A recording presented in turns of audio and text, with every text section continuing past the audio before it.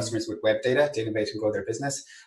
It's a really diverse set of applications, from competitive and market intelligence through to news monitoring.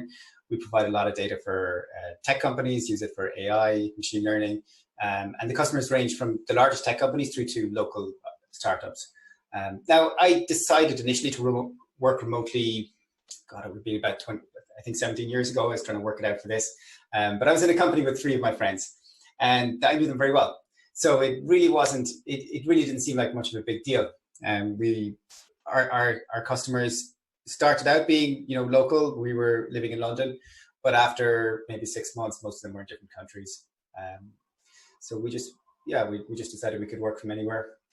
Some of my friends went to the Canary Islands. I went to Japan. I later built a remote team for another startup a couple of years later. And then finally, I co-founded Scrapinghub in 2010 as a remote first company.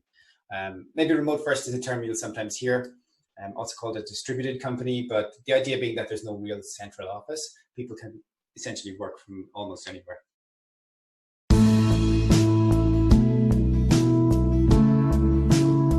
We do our own version of TED Talks that we call Shub Talks.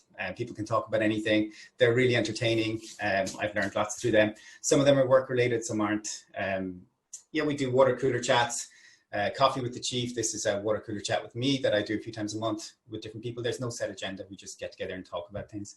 We have a wellness circle. We have a photography group. So the background, if you can see my virtual background here, that was one that was posted on our Slack channel. It's actually a shot somebody took at our company get together in Lisbon. So we got the whole company together in person. Those things are great. Unfortunately, we can't do them now, but they create a great atmosphere for our remote working companies, and many companies will try and do this. But sharing photography, having a photography channel for people who are into it. We run competitions around this. The winner gets to set my desktop background. So I've had some funny desktop backgrounds over the last couple of months. So yeah, those are, I will say as well, like, it's great to have champions that will run these kind of things, but cross-functional teams are great as well, to drive some of this agenda, representatives from different groups. I think Yvonne was talking about this, but we found cross-functional teams for many things like this really help. And it gets that communication flowing as well across in a remote environment.